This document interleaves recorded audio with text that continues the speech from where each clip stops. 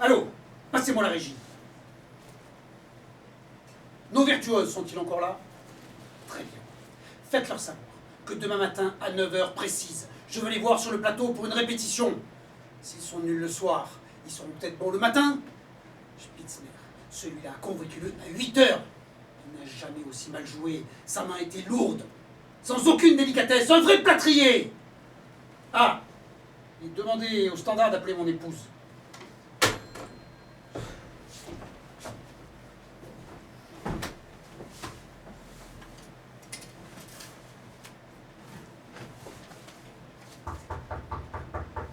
Je ne veux voir personne. J'ai dit que je voulais être tranquille.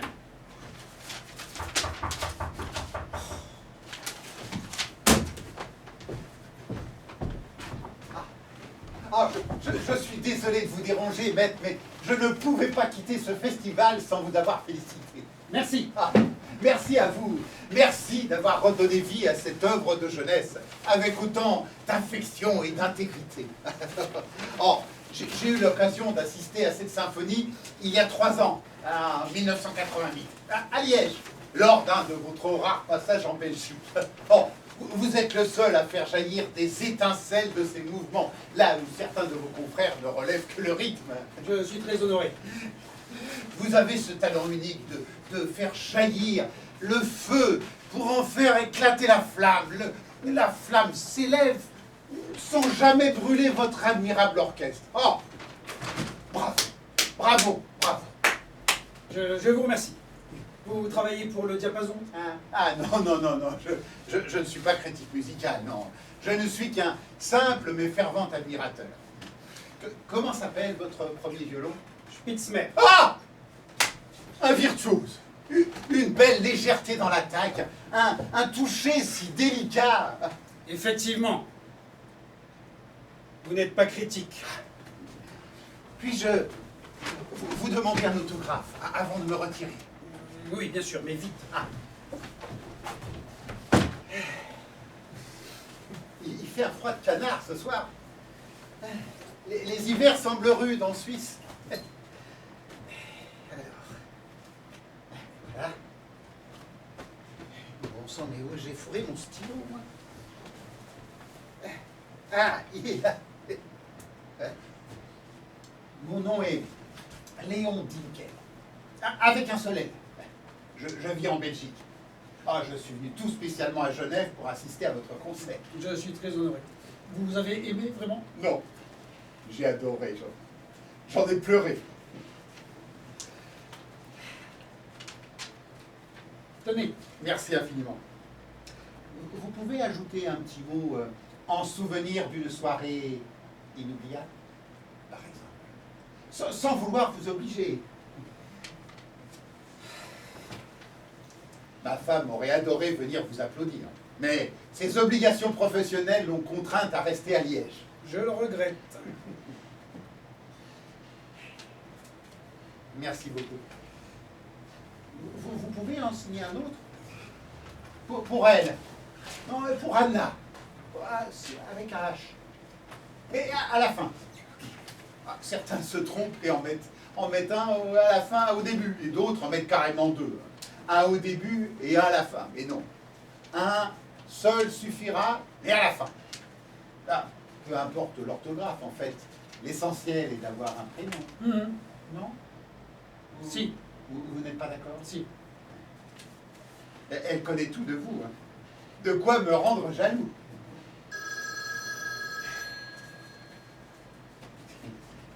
Mais merci. Merci, maître. Désolé d'avoir pris sur votre temps. Mais merci. Au revoir. Merci. Allô? Bonsoir, mon ami. Non, ça a été une soirée exécrable. Spitzner n'a cessé de jouer à l'envers, avec son sourire narquois, donc quel affront. Bon, les filles sont-elles là? Non, c'est bon, laisse-les travailler. Tu as réfléchi pour Berlin? Enfin, ne sois pas si sotte. Nous vivons au contraire une période historique avec la chute du mur. Pardon. Je suis encore sous le coup de l'énervement. Oui, nous pourrons en reparler ce soir. Je me change et j'arrive. Je t'aime.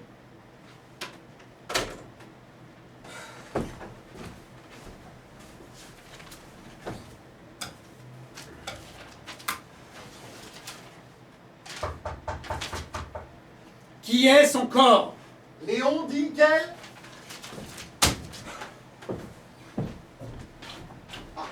Je suis vraiment confus de vous déranger de nouveau, mais j'avais promis à ma Et compagne... Anna avec un H à la fin.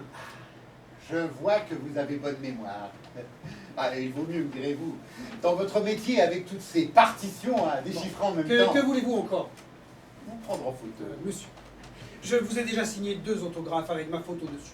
Et dans le hall du théâtre, vous trouverez des affichettes un peu partout, sur des présentoirs. Vous pouvez en prendre autant que vous voulez, c'est fait pour ça. Mais il n'y en a plus une seule en bas. La rançon de la gloire. Vous avez un public d'admirateurs dont je fais partie. Hein. Oh, s'il vous plaît, pour elle, pour un amateur belge qui a fait le déplacement en Suisse spécialement pour vous entendre. Bon, mais vite alors, mon épouse m'attend. D'accord. Je fais 1 ou 2 photos. Une. Oh, je ne suis qu'un photographe du dimanche. Voilà. Surtout que ces appareils offrent peu de possibilités. Ah, la photographie. Quelle merveilleuse invention. Rien de tel pour nous prouver qu'on n'a pas rêvé. Bon, dépêchez-vous, je vous prie. Bien sûr. Vous pouvez prendre votre violon?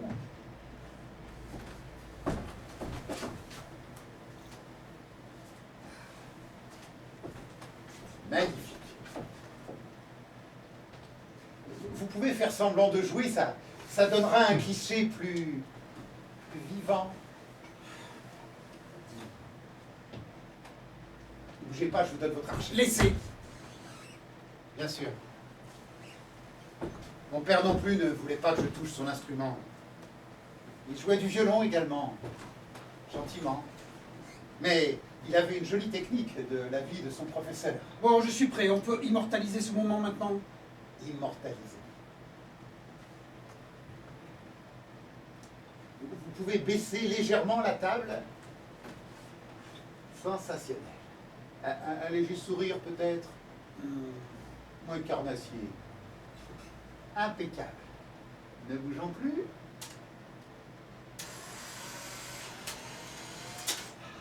Et voilà. Un joli souvenir qu'on ne se lassera pas d'apprécier. Anna et moi.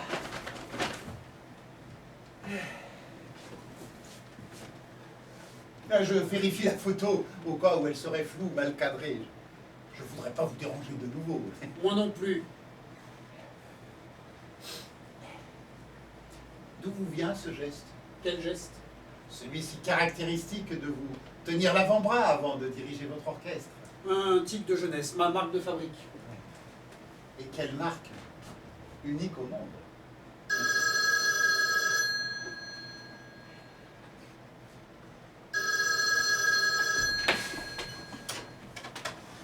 Allô? Ah, c'est toi ma chérie. Tu fais une pause. Oui, ta mère hésite à m'accompagner. Oh, mais tu parles sans savoir, comme toute cette jeunesse idiote. Berlin est au contraire une capitale qui va redevenir très dynamique. Et très jeune aussi, à l'inverse de ce que tu penses. Tout à fait. De toute façon, c'est comme ça et c'est pas autrement. Ce n'est pas vous qui décidez. Voilà, c'est ça. Retourne travailler. C'est l'aîné de vos filles? Non, la plus jeune. Comment savez-vous que j'ai des filles? Oh, nous connaissons tout de vous, je vous l'ai dit. Nous sommes vos plus fidèles admirateurs. Est-ce que l'aîne de vos filles va reprendre le flambeau du maître? Bon, la photo est bien cadrée. Ah, elle est parfaite. Bien que la vocation n'a rien d'héréditaire. Vous voyez, mes parents étaient de petits commerçants alors que je travaille au centre de recherche de paléontologie de Liège. Regardez comme vous êtes beau. Bon, eh bien, je vais vous laisser rejoindre femme et enfants. Je vais regagner mon hôtel par ce froid polaire.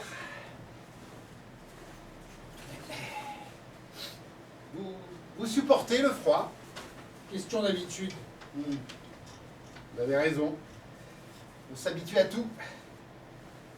Bien couvert, c'est supportable.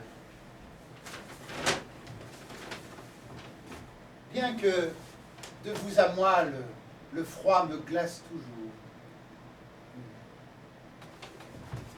Merci, maître, d'avoir été aussi disponible.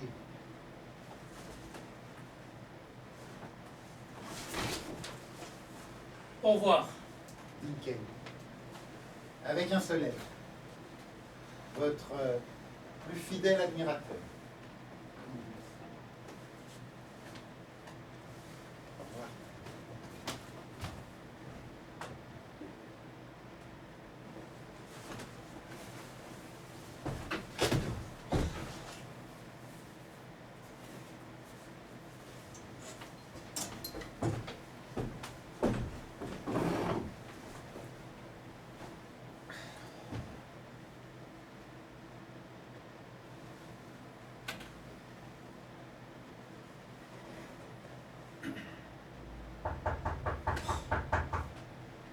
Dinkel?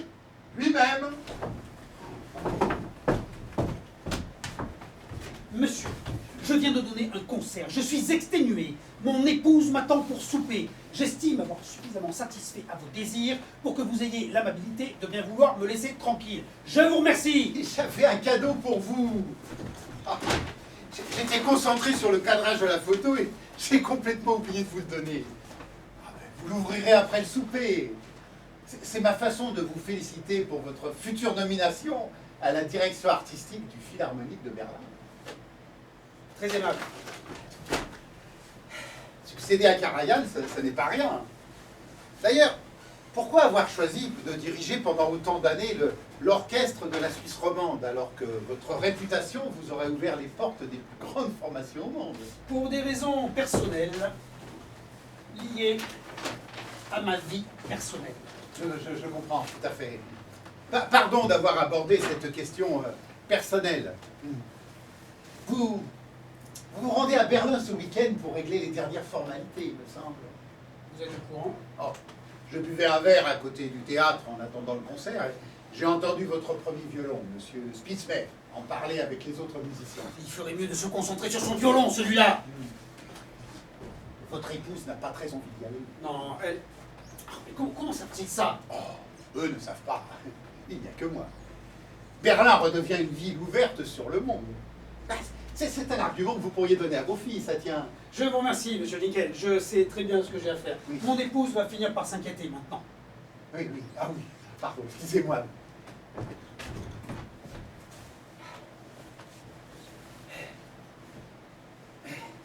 Désolé de vous avoir retardé. Bonsoir et mes amitiés à Hilda. Vous connaissez son prénom? Ah, Hans-Peter et Hilda Miller. Ce n'est un secret pour personne.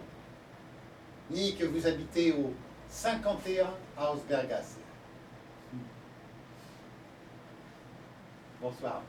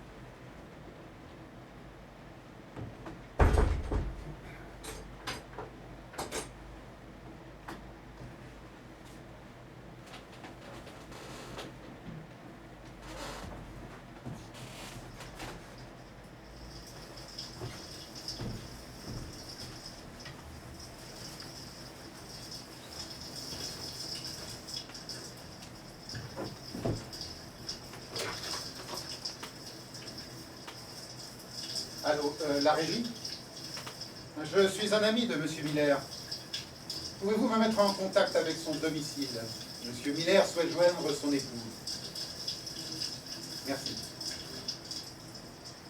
Allô, Madame Miller? Bonsoir. Je suis le secrétaire de Monsieur Bijanski, le directeur du théâtre de Genève. Oui, votre mari vient d'entrer en discussion avec lui concernant sa nomination à Berlin. Quelques détails contractuels. Oui. Votre époux vous propose de souper seul.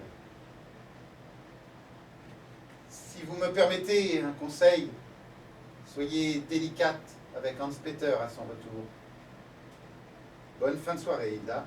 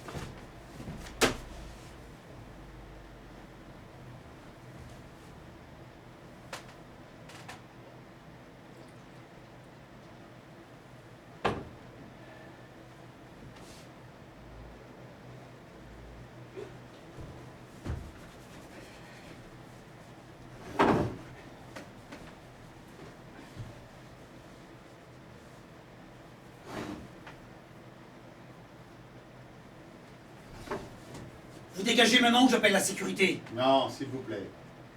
Je vous dois quelque chose. Non, non, non, non. Vous ne me devez rien et moi non plus. Si, je vous dois la vérité sur mon identité. Je ne m'appelle pas Dinkel, mais Dinkelbach. Je suis allemand, pas belge. Content pour vous, allez dehors! J'ai dû fuir mon pays, raccourcir mon nom et renoncer à mes racines. Monsieur Dinkelbach, je ne vous connais pas. Votre vie ne m'intéresse pas. Et compte tenu de mes premières impressions, je n'ai aucune envie de faire plus ample connaissance. Alors vous sortez et vite! Quand nous avons parlé de Non, Berlin... non, non, non, non, nous n'avons pas parlé. C'est vous qui avez évoqué cette ville. Moi, je me suis contenté de vous répondre poliment. Et croyez-moi, cela me coûtait déjà beaucoup. Je vous remercie alors de cet effort, car tout ceci m'a remué. Qu'un homme de votre rang choisisse ma patrie de cœur, ça m'a redonné un peu d'orgueil. Mais vous n'avez qu'à y retourner si elle vous manque tant. Un jour peut-être. Pour l'instant, ça m'est impossible. Soyez patient. Oh, je le suis. Faites-moi confiance. Je le suis. J'aimerais tant retourner sur mes terres natales. J'ai pensé que vous pourriez me comprendre sans prendre parti, que vous auriez un avis neutre. C'est un peu le sport national ici de fermer les yeux, non? Sortez!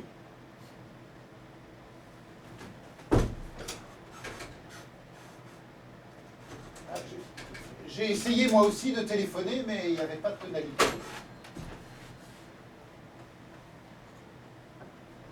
C'est vous qui avez arraché ce fil? Malencontreusement, oui.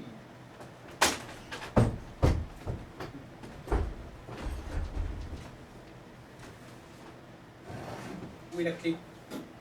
Aucune idée. Ouvrez cette porte! Pas tout de suite. Ne m'obligez pas à employer la force! Oh, je ne vous y oblige pas. Simplement, je vous avertis que ce serait prendre un risque inconsidéré. Oh, je serais sincèrement peiné de vous briser le poignet, ou l'un de vos doigts, si précieux, avec lesquels vous faites de si jolies prouesses. Vous êtes dingue, que voulez-vous? Des réponses. Mais, surtout, ne pas vous effrayer. Je sais tout ce que c'est que d'avoir peur. C'est un sentiment que je ne souhaite à personne. La seule peur qu'il est bon d'avoir, c'est celle du ridicule, car elle ne tue pas. N'ayez donc pas peur, monsieur Miller. Enfin, pas pour le moment. Vous me menacez? Je vous ordonne de me laisser sortir! Vous ne désirez pas plutôt boire un verre? Vous avez tort, il est excellent. À Bordeaux. Bon, je suis plutôt Bourgogne pour ma part. Je vous ai donné un ordre. Ah, il va falloir faire un effort si nous voulons devenir amis. Je n'ai aucune envie de devenir votre ami. Vous n'avez pas envie d'en savoir un peu plus sur moi? Pas le moins du monde. Depuis combien de temps êtes-vous marié à Hilda? Je ne vous permets plus de l'appeler par son prénom. 38 ans, n'est-ce pas? 38 ans de droiture, de vérité. Vous êtes connu à Saint-Gall.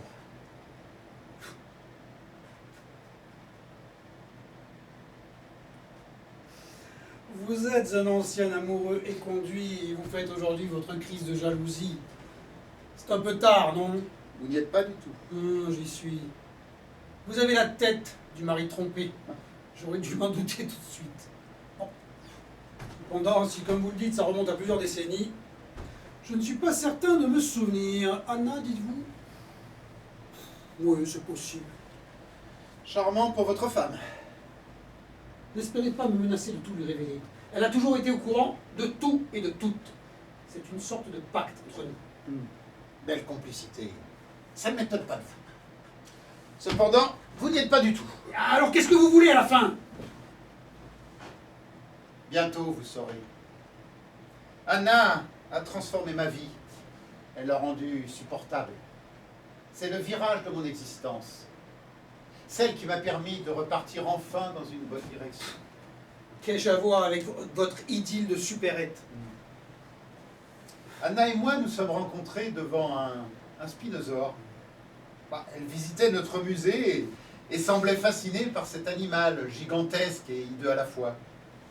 Je lui ai raconté l'histoire de ce cousin du décasaure et de fil en aiguille, nous avons sympathisé. Il faut dire que nous avons une passion commune, Anna et moi. Les monstres. Vous êtes mariés religieusement, n'est-ce pas? J'ai toujours admiré ceux qui gardent une foi inébranlable, quels que soient les drames de la vie qu'ils traversent. Mais peut-être n'avez-vous pas connu de tragédie dans votre vie? Visiblement, pas autant que vous. Cependant, vous avez perdu vos parents récemment. C'est une épreuve agréable pour personne. Bon, cela dit, ils avaient fait leur temps. Minable. Oh, pardon si je vous ai offensé.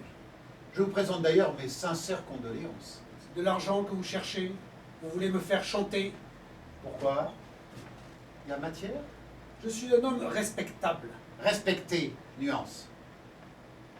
Vous avez beau vous regarder tous les soirs dans le miroir de votre loge et contempler un homme qui a toujours fait les choses dans le strict cadre qu'on lui a défini. Un bon petit soldat, en somme. Monsieur Dinkelbach, allez-vous enfin me donner la raison de votre présence ici? Je voudrais passer une audition devant vous. Ah! Nous y voilà! J'aimerais que vous m'écoutiez et que vous me disiez ce que vous pensez de moi. Oh, je peux vous le dire sans même que vous ayez à jouer. S'il vous plaît.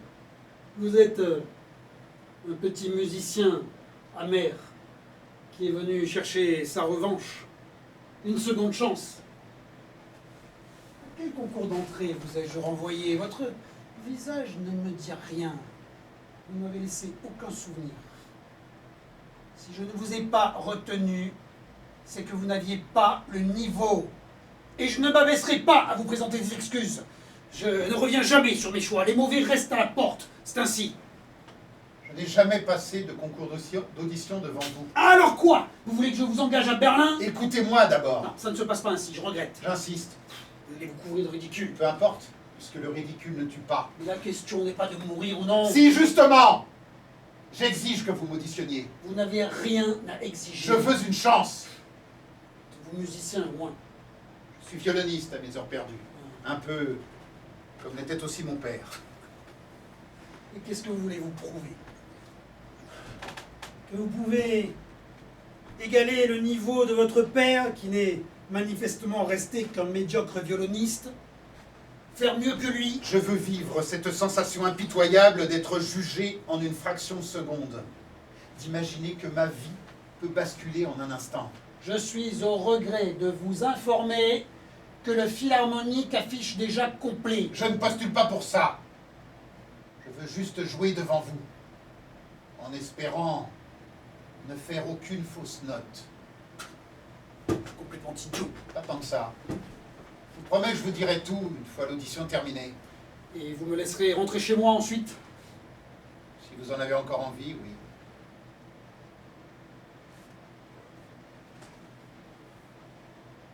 Et votre instrument?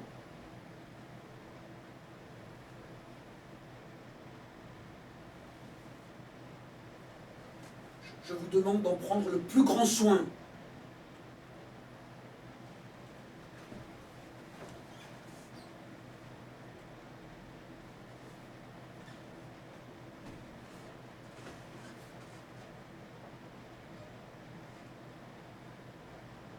Vous en connaissez vaguement le principe?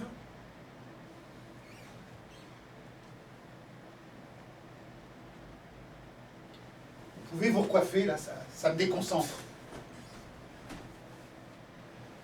Archet!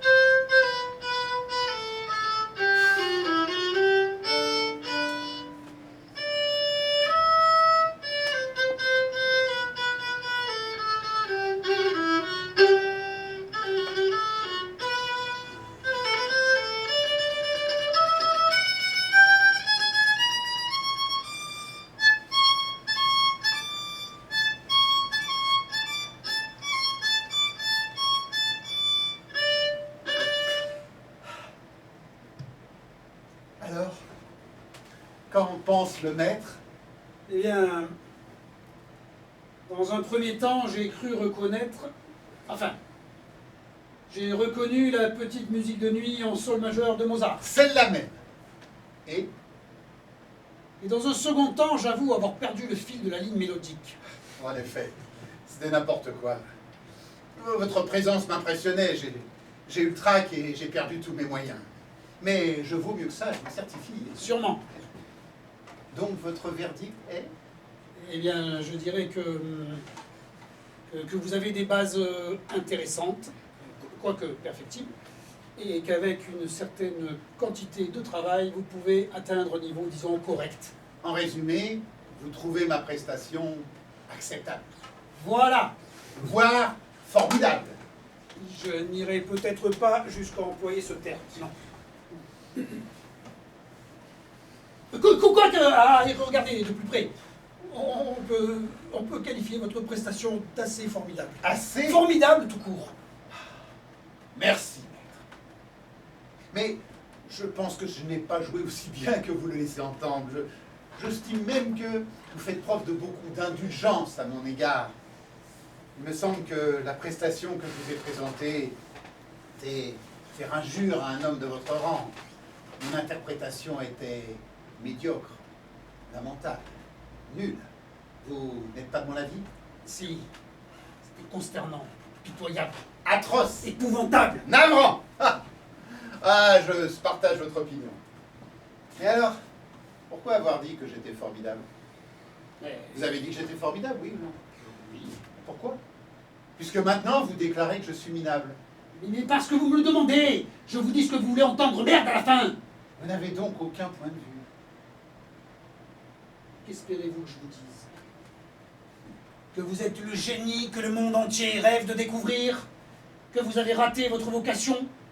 Que vous pouvez réaliser ce vœu pieux d'être illustre alors que votre cher papa a été infoutu de le réaliser? Eh bien, je suis au regret de vous dire que vous perdez votre temps.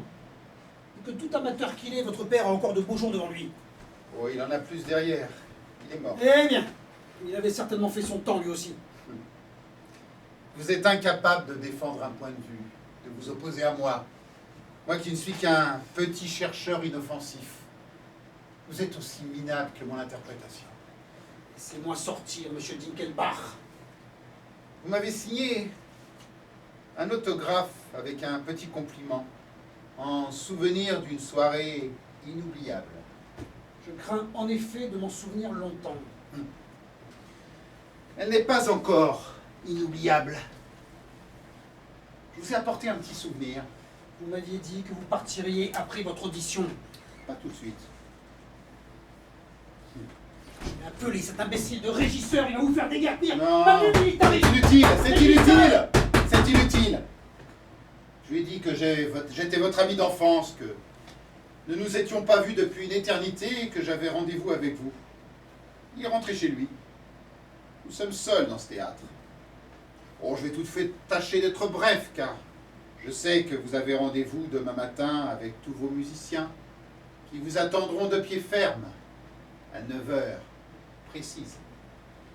Il faut dire qu'après la petite conversation que j'ai eue avec eux, ils ont hâte de vous retrouver, Spitzmer en tête. Qu'est-ce que vous leur avez raconté? La vérité. Quelle vérité? Celle que vous allez me confirmer dans quelques instants. Bon, pas du tout à quoi vous faites allusion. Oh, ça va vous revenir. Ça vous procure quelle sensation de mener vos musiciens à la baguette? Je ne les mène pas à la baguette. Ils suivent mes indications. Ah. Aux ordres.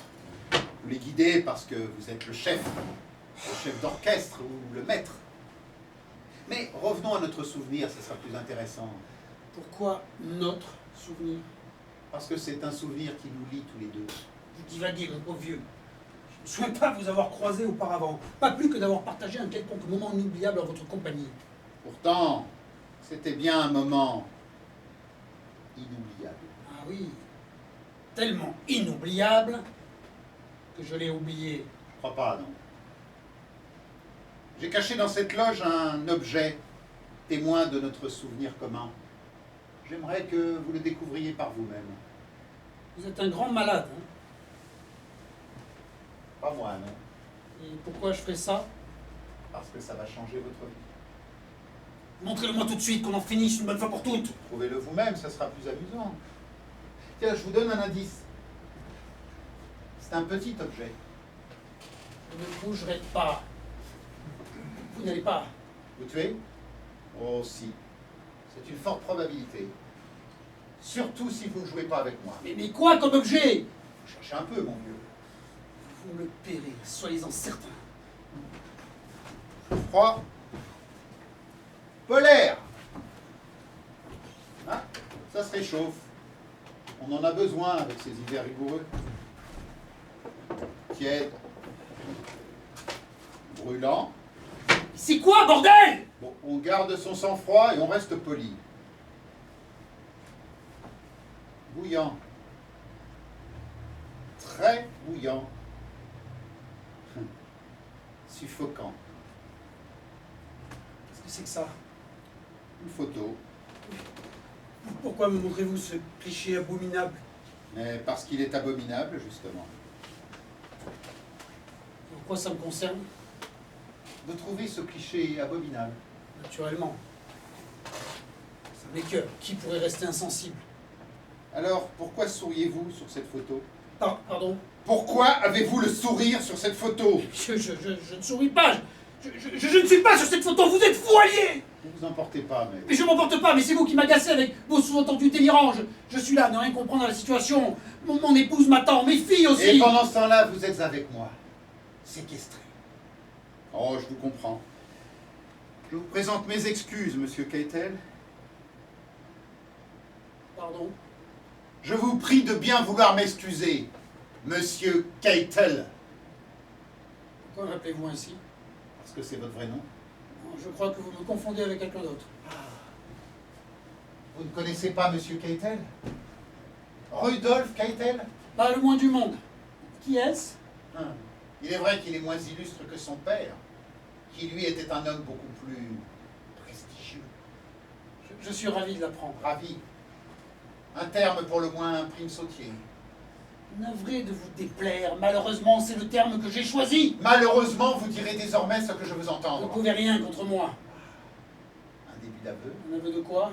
Que vous êtes bien sur cette photo en compagnie de votre père. Ce n'est pas moi, je vous dis. Vous vous égarez.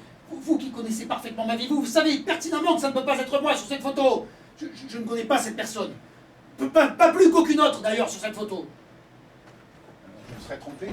Je le crains, il y a méprise.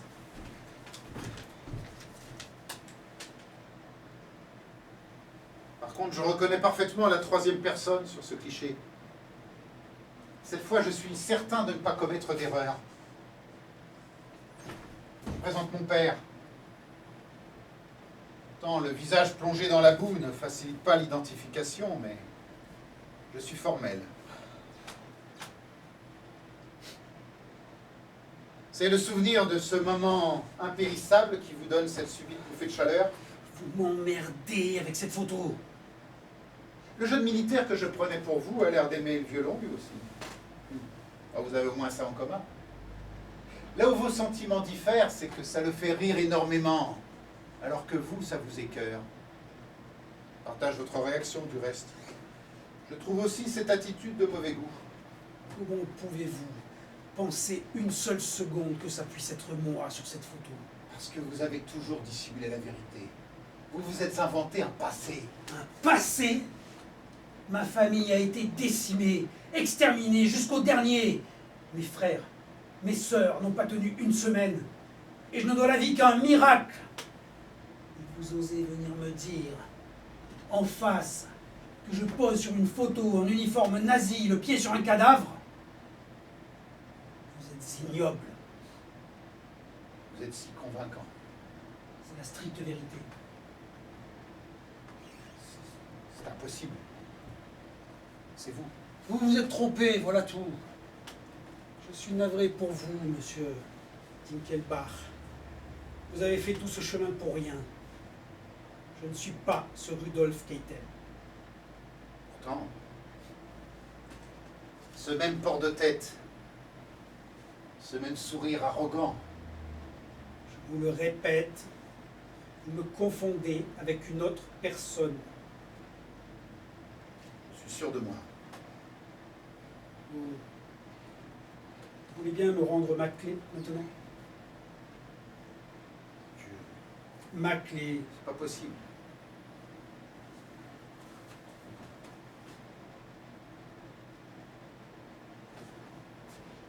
Qui vous a dit que parmi les officiers, je vous soupçonnais d'être celui qui a le pied sur le cadavre?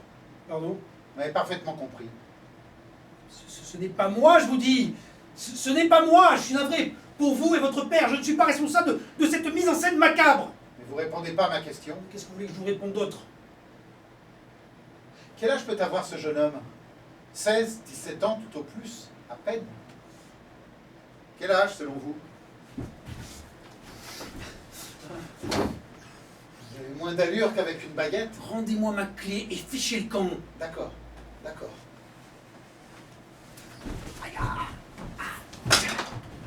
Ne vous avisez plus de lever la main sur moi! Je n'aurai aucune pitié. La pitié, cela vous évoque-t-il quelque chose? J'entends rien! Oui! Alors dites-le. Pitié! Pitié! Là, j'ai entendu. Vous n'avez toujours pas répondu à ma question. Quel âge donneriez-vous à ce gamin? Je ne sais pas, moi. 18 ans, tout au plus, 17 ans peut-être. J'en sais rien! Quel âge, Rudolf? Arrêtez avec ce prénom! Quel âge? Mais où voulez-vous en venir? À vous! Où étiez-vous à 17 ans? À Saint-Gall. En Suisse? Oui, Saint-Gall, c'est en Suisse, ça l'a toujours été. Que faisiez-vous à cette époque? Je faisais mes études. Quel genre? Quel genre de musique? Quel autre genre voulez-vous que ce soit? J'apprenais mon métier et il semble que j'étais assez doué. Vous n'appréhendez pas trop de retourner en Allemagne? De rouvrir la plaie? Non, j'y vais justement pour la refermer définitivement. Quand vous serez là-bas, allez faire un tour dans une petite bourgade proche de Berlin, tout à fait typique du charme brandebourgeois, Strausberg. Merci du conseil. Vous irez, n'est-ce pas? Oui, j'irai. Bien.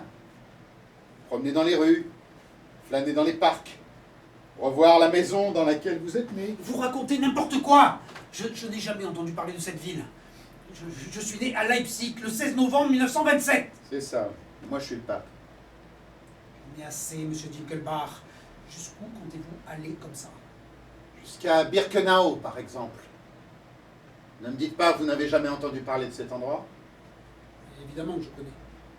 Alors, Alors quoi? qu'est-ce que ça vous inspire? Du dégoût. De la rage.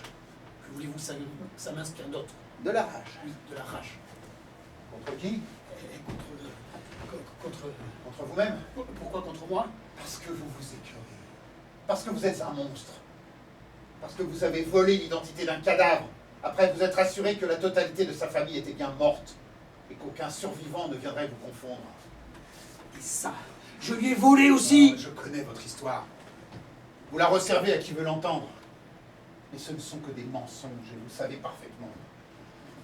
Vous avez beau vous dissimuler sous une tonne de fond de teint, vous ne parviendrez jamais à effacer définitivement les traits immondes de votre passé. Ce n'est pas le constat que vous faites quand vous vous maquillez devant ce miroir, avant de devenir le chef d'orchestre à tous les deux tous. Je ne connais pas votre père, je vous le répète. Je n'ai jamais mis les pieds dans ce camp-là. Moi si!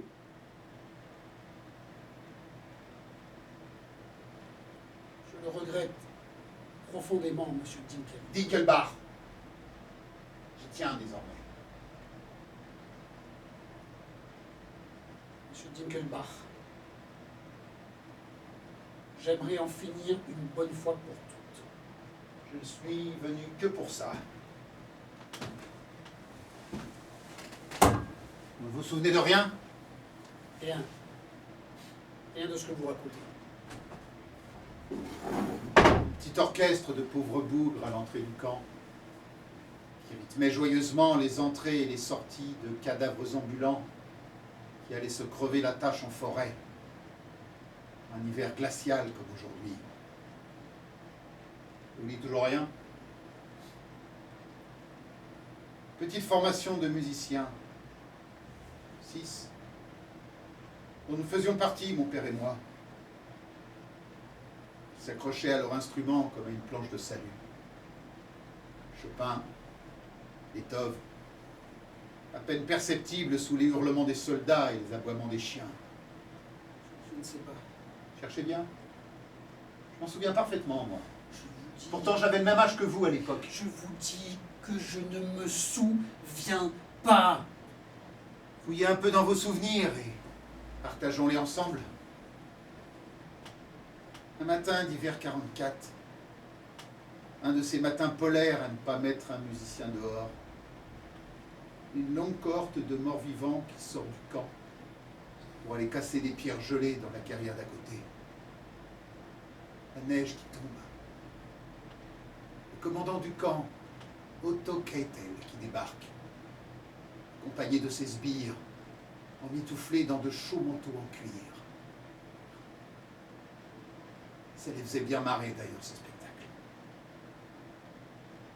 Continuez. Je n'ai rien à dire.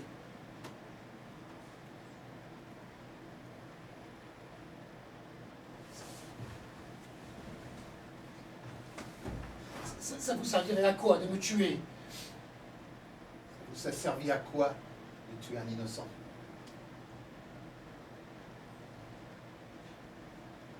Je ne pouvais pas faire autrement. Mais si vous pouviez. Il suffisait de désobéir aux ordres du commandant, aux ordres de Keitel père. Je ne voulais pas ce que j'ai fait. S'il me restait encore des larmes, je me laisserais volontiers aller à votre sensiblerie. Heureusement, depuis, il n'y a plus grand-chose qui m'émeuve. Mais peut-être y parviendrez-vous en continuant ce récit. Je vous écoute, monsieur Keitel fils. Je ne peux pas. Pourquoi raviver ces souvenirs douloureux? Est-ce que vous allez peut-être m'apporter un élément qui m'aurait échappé? J'étais aussi dans cet orchestre, assis à côté de mon père, le calot enlevé, la tête baissée, comme vous, là, au violon sur les genoux. Je n'ai pas tout vu. Ou simplement avez-vous une autre version que la mienne? Peut-être parviendrez-vous à m'expliquer ce que je n'ai jamais réussi à comprendre? Que s'est-il passé quand votre père est arrivé devant notre petit orchestre avec ses aides de camp? Monsieur Dick, je vous en prie. Par un hiver glacial comme aujourd'hui.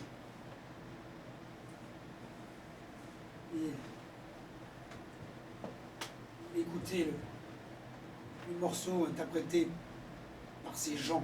Musiciens, s'il vous plaît! C'est ce que nous avons toujours été avant de devenir des loques. Souvenez-vous de ce morceau? La petite musique de nuit. En sol majeur. Ensuite, Mon père vouait une admiration sans borne à Mozart. on le comprend. Ensuite, Il a estimé qu'un des musiciens qu'un des musiciens, avait fait une fausse note. avec ce froid glacial, ce sont des choses qui arrivent, surtout quand la peur s'en mêle. Et Et il s'est un petit peu mis en colère. hystérique serait plus juste pour qualifier l'état dans lequel il était. Mais c'est normal quand on vénère Mozart. Je vous en prie, restons. Ensuite, Je vous en prie, restons-en là. papa s'est donc mis en colère. Et qu'a-t-il fait? Il m'a désigné le musicien fautif. Mon père. Et c'est tout? Il m'a tendu son pistolet. Ensuite,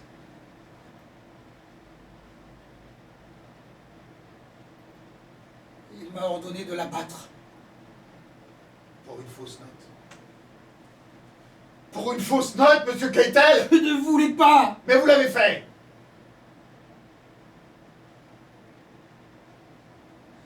Oui. C'est bien.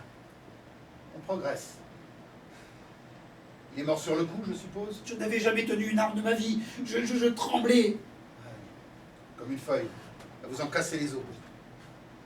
Je me souviens aussi de cet avant-bras droit qu'il a fallu que vous calmiez avec l'autre main pour mieux viser.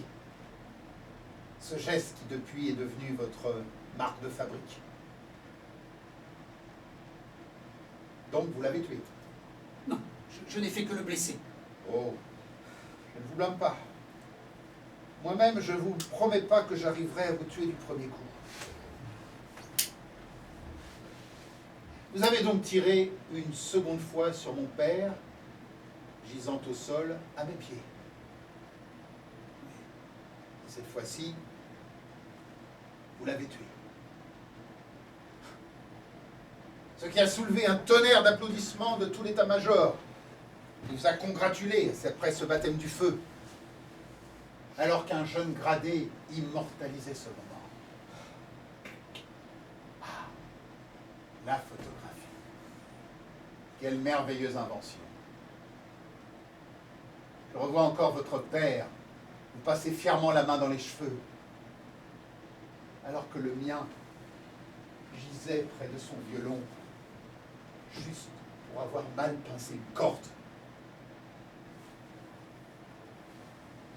J'espère que vous ne réservez pas le même sort à vos musiciens défaillants.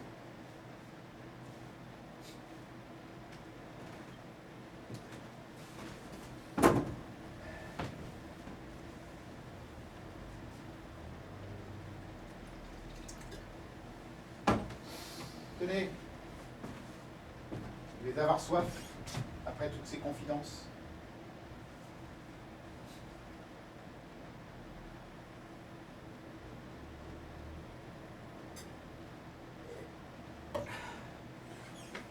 Encore un petit verre. En souvenir d'une soirée inoubliable. Buvez.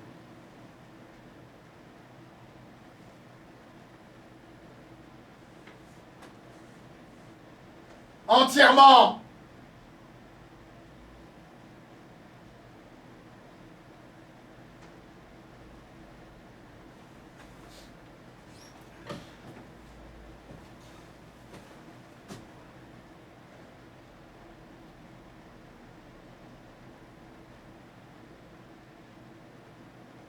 Où avez-vous trouvé cette photo? Dans le baraquement qui servait de bureau à votre père. J'étais trop faible pour quitter le camp. J'ai ainsi eu la chance d'échapper à la grande marche de la mort, lorsque vous et vos amis SS avez décidé de fuir à l'approche des Russes, le 18 janvier 1945. 18-01-45. À l'envers, c'est le numéro de matricule qui a été tatoué sur votre avant-bras. 54 10 81. Une idée des prisonniers dévolue à cette tâche, dans l'espoir de vous confondre un jour, avant que vous les liquidiez. Le camp était devenu presque désert, irréel. Dans la débâcle, votre père avait laissé son bureau en l'état et la photo était là, encadrée, trônant à côté d'une autre photo vous montrant tout sourire entre papa et maman. Cette photo ne m'a plus jamais quitté. Le reste, je le dois à la Providence, ou simplement au destin, que j'appellerai Anna.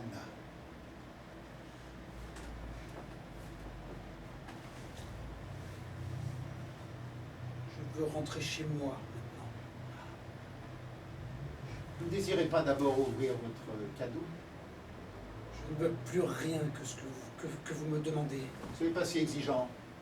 Vous n'êtes pas en position. Vous voulez que je l'ouvre après mon souper? Pourquoi? Vous avez encore faim?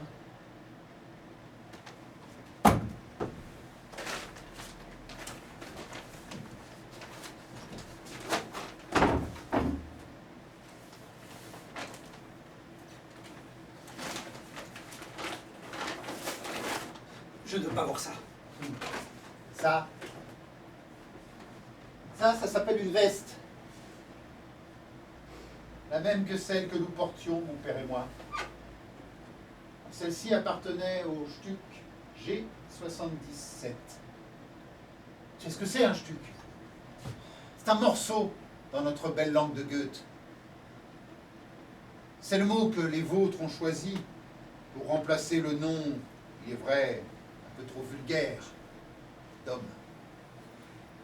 Pour ma part, j'étais le Stuck 448 213. Vous êtes un masochiste. C'est pas à vous de me dire ce que je suis. Je vous fais un cadeau, je vous demande de le respecter. Vous ne pouviez pas oublier. M'oublier. Non, je me l'étais interdit. Chaque nuit, chaque jour, chaque seconde, ce souvenir me hante. Vous m'avez volé ma jeunesse, mon adolescence, ma vie. Ce soir peut-être, serais-je enfin libéré. S'il vous plaît, laissez-moi rentrer chez moi. C'est ce que disait aussi mon père. S'il vous plaît, s'il vous plaît, vite, vite. Maintenant, si le cœur vous en dit, avec 5 étages, avec un peu de chance. Mais je ne suis pas certain que la chance soit avec vous ce soir. Vous voyez que je n'ai pas voulu oublier, moi non plus, cette honte qui m'accompagne depuis tant d'années. Pas la honte qui vous accompagne, c'est la peur. La peur de voir ressurgir ce passé qui mettrait à mal votre respectabilité. La peur de voir réapparaître cette photo. Mettez cette veste. Non! Dommage. Maintenant, maître, vous allez jouer pour moi. Pardon, Vous avez très bien entendu. plutôt crevé. Chaque chose en son temps. Moi, j'ai plus rien à perdre. Vous m'avez déjà volé ma jeunesse, mon adolescence, ma vie. Vous avez encore quelque chose à perdre. Si je refuse, Je saurais me montrer aussi intransigeant que votre cher papa. qu'est-ce que vous voulez que je joue? À votre avis? Vous me laisserez tranquille après.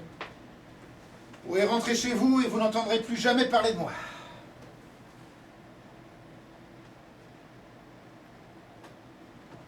Ôtez votre peignoir. Mozart ne souffre pas qu'on le joue en sortie de bain.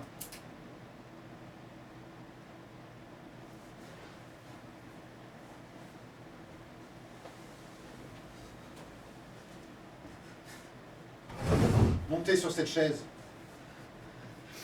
Laissez cette fenêtre ouverte. J'ai froid.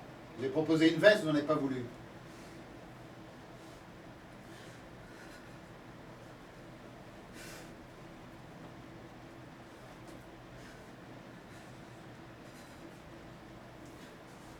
Je vous écoute. Ah, une dernière chose avant que vous ne vous lanciez. À la moindre fausse note, je vous abats comme un chien. Ne me décevez pas.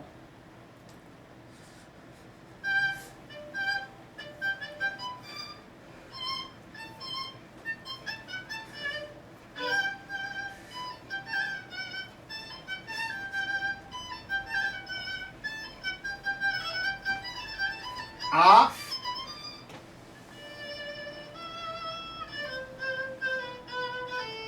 C'est une fausse note, monsieur Keitel! Nein! J'ai froid. Il fallait mettre cette veste. Assez. Nein! Genug. Ich will nicht sterben! Assez! Assez, je vous dis. Fermez cette fenêtre, on se gèle le cul.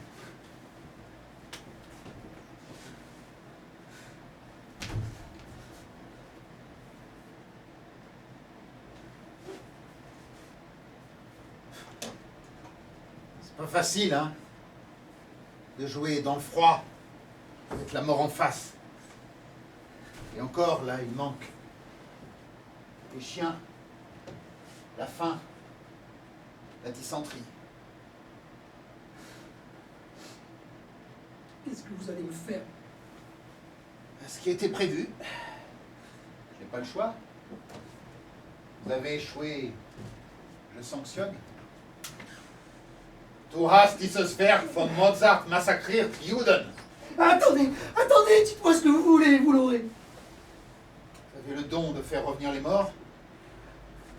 De l'argent, j'en ai plein. Chez vos amis banquiers, Oui, je peux payer. ce que je désire n'a pas de prix. Qu'est-ce que vous voulez? Voir chier dans votre froc et déjà en soi un but atteint.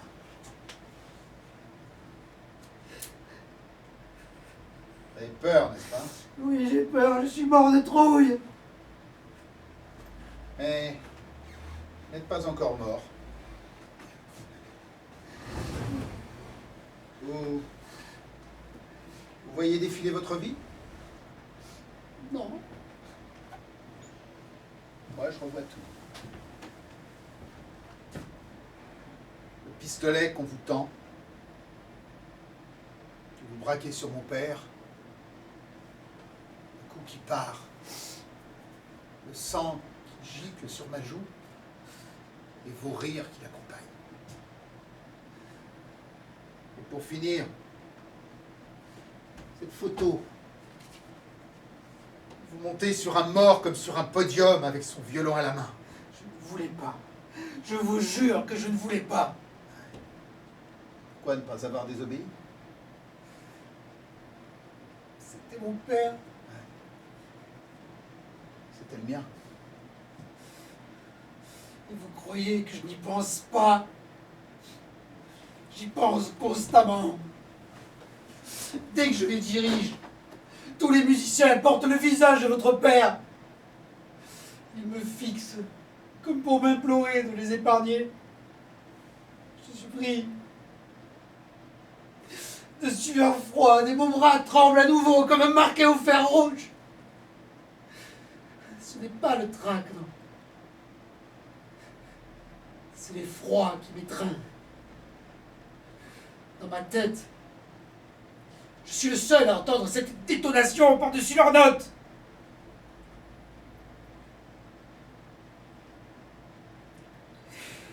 Ils s'imaginent que si je grimace, c'est par ferveur pour le morceau que l'on joue. Il n'en est rien. C'est pour chasser le bruit assourdissant de ce coup de feu qui me hante. Nous sommes deux à l'entendre. Allez vous rhabiller, vous êtes pitoyable.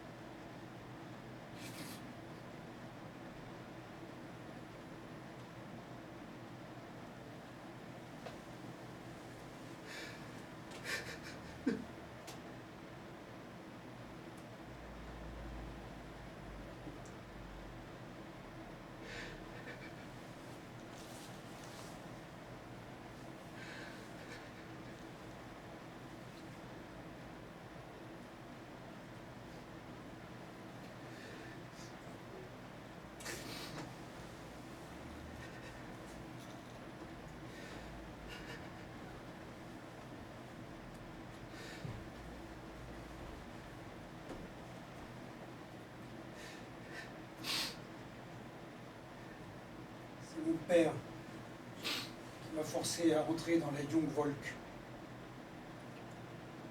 Je n'adhérais pas à leur idéologie. Je ne voulais pas le décevoir. Point d'accepter de tuer quelqu'un.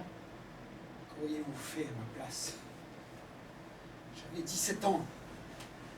Il était ma référence. Je l'admirais. Je finissais par penser que ce qu'il faisait, c'était pour une raison qui m'échappait. Il portait en lui toute l'autorité de notre fureur et je la respectais. Mais vous la respectiez pas. Vous la subissiez. Comme une oie qu'on gave. Si l'autorité n'est pas associée à l'idée de justice, alors il faut s'y opposer et le combattre. J'en étais incapable.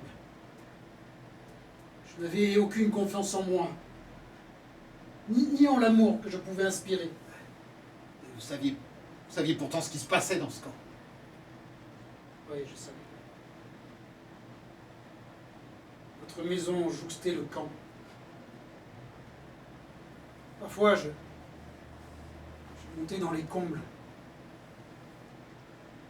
J'apercevais quelques baraquements et ces ombres titubantes de souffrance. Je refermais la fenêtre, je ne supportais plus cette odeur. Vous fermiez la fenêtre comme vous fermiez les yeux. Le soir, quand mon père rentrait, je ne pouvais m'empêcher d'éprouver de la haine envers lui. Ça m'intéresse pas. Bien sûr que si, ça vous intéresse. Vous n'êtes là que pour ça. Je regardais ses mains. Je savais qu'elles avaient assassiné des innocents toute la journée. Dès qu'elles m'étreignaient, qu'elles me caressaient la joue, alors toute cette haine disparaissait et je faisais instantanément abstraction de toutes ces horreurs. Nous n'avions hélas plus la force de nous réconforter.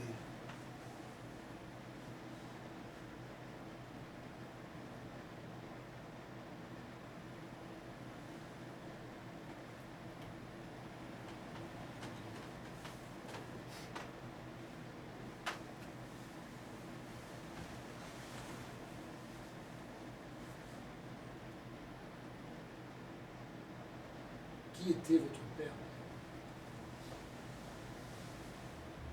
Un homme effacé. Mais sa présence muette emplissait tout l'espace.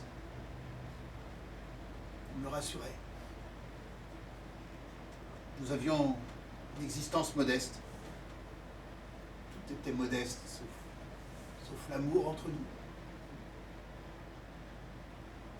Il aimait passer ses soirées à lire des ouvrages sacrés, et moi je passais les miennes à lui dire que ça ne servait à rien. Parfois, on jouait du violon ensemble. On me faisait travailler. C'était un amoureux de Mozart. Il me disait, si tu veux savoir où habite Dieu, tu écoutes Mozart. Et moi, je le jurais que par Vivaldi, alors, pour me faire plaisir, inlassablement, il me faisait travailler. Il voulait que je fasse toujours mieux, toujours plus. Seule l'excellence lui importait. Il me disait que la musique pouvait tout, qu'elle seule nous sauverait.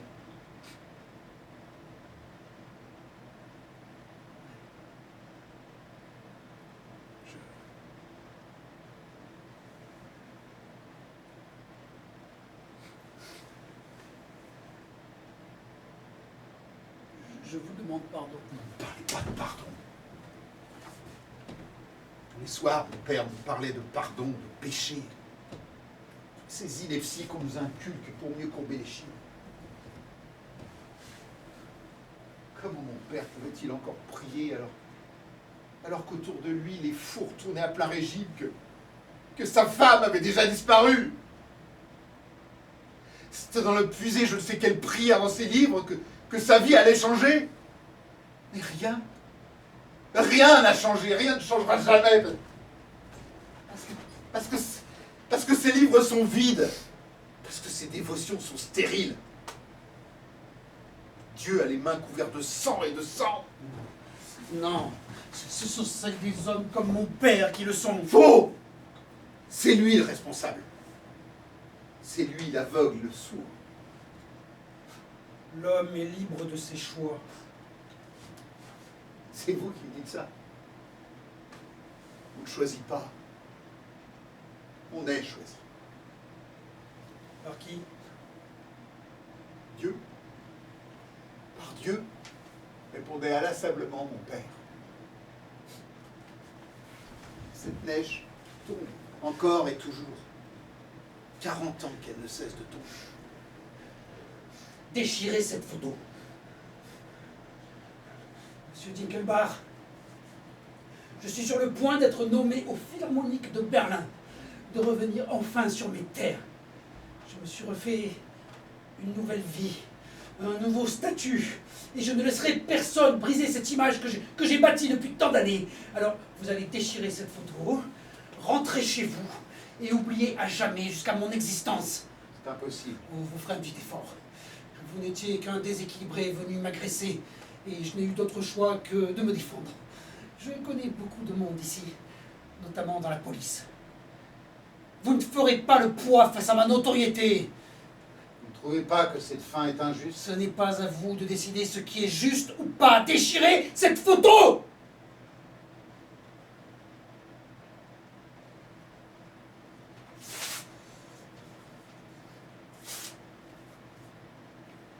Monsieur Dinkelbach, nous ne sommes plus des enfants.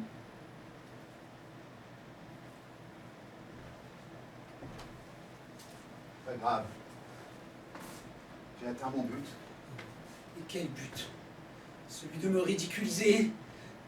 Vous avez voué votre vie à retrouver un inconnu sur une photographie juste pour passer quelques instants à vous réjouir de sa peur? Une vie, pour un instant. Vous avez remis de la douleur sur de la douleur. Et tout ça pour une pauvre petite fin injuste. Est-ce que ça valait vraiment la peine? Oui. Jusqu'au seuil de ma mort, je vous aurais cherché et je vous aurais trouvé. C'est votre choix. Allez, dégagez maintenant. Une bonne fois pour toutes.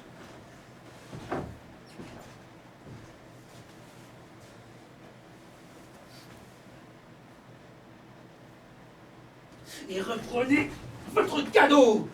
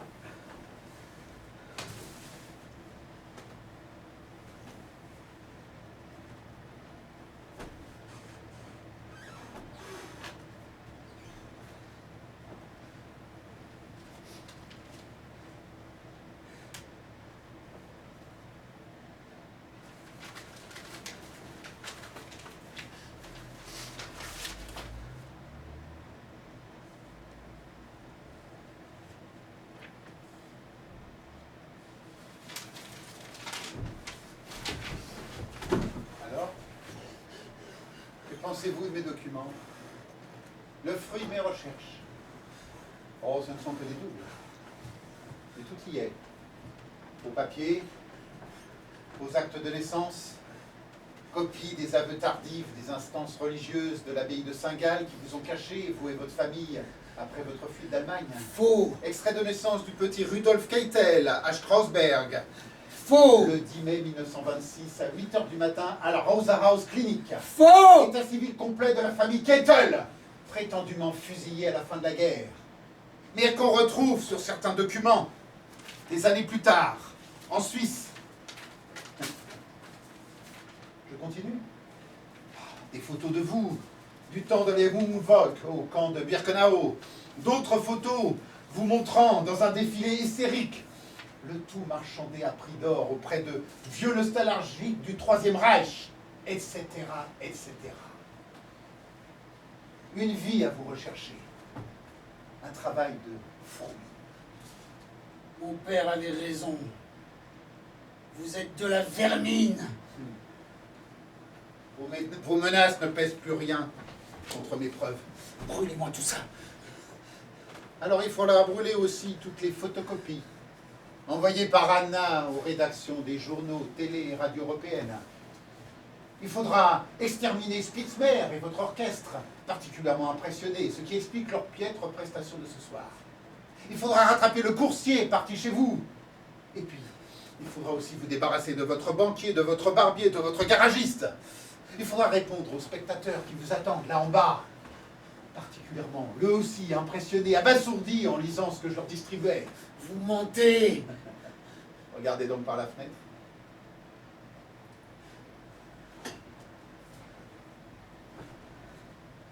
Pardonnez mon cynisme, mais je trouve cette fin plus juste.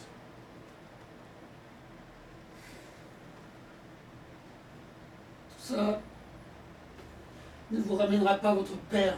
Oh, je ne suis même pas sûr qu'il approuve ma conduite. Et là s'arrête mon libre arbitre. Le reste ne m'appartient plus. Vous l'avez, hein, votre vengeance. Non. Comment ça, non? Vous venez d'anéantir ma vie, de briser mon existence. Qu'est-ce qu'il vous faut de plus? Vous?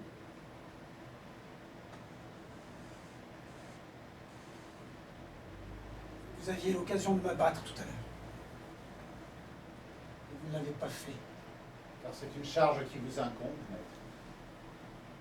40 ans plus tard, je vous remets face à un choix. Cette fois-ci, faites le bon. Je n'étais pas responsable. Si je ne l'avais pas fait, un autre l'aurait fait à ma place, de toute façon. Vous n'étiez pas responsable. Non. Je n'ai fait qu'obéir à un ordre.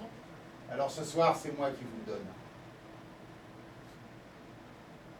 Je repasse dans une minute pour prendre l'ultime photo de vous avec mon vieux Polaroid. Comment aurez-vous fait pour me retrouver? Anna, toujours elle. Un soir, elle m'a emmené à un de vos concerts. Vous avez levé le bras pour lancer votre orchestre. Et là, tout est revenu. Une minute, pas plus.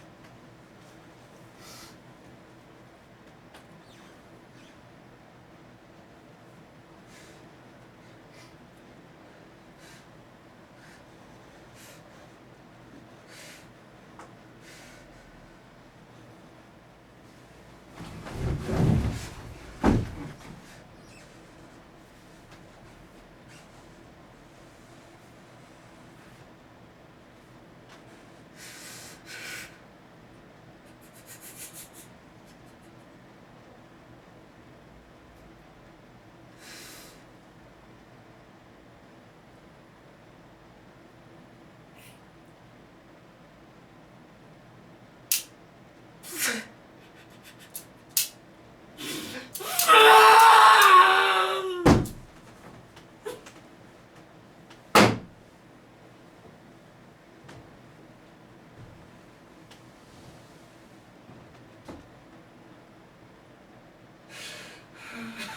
sont les originaux. Le brouhaha que vous avez entendu en bas est celui de votre public qui vous attend pour vous acclamer et non pour vous conspuer. Spitzmer ne sait rien. Votre orchestre non plus, ni votre femme. Personne n'a été informé. Personne. Anna m'attend sagement. Ce moment est à moi, pour moi, simplement pour moi. Mon père aurait préféré cette conduite. Je vous souhaite un bon retour à Berlin. Adieu, Monsieur Miller. Monsieur Hans-Peter Miller.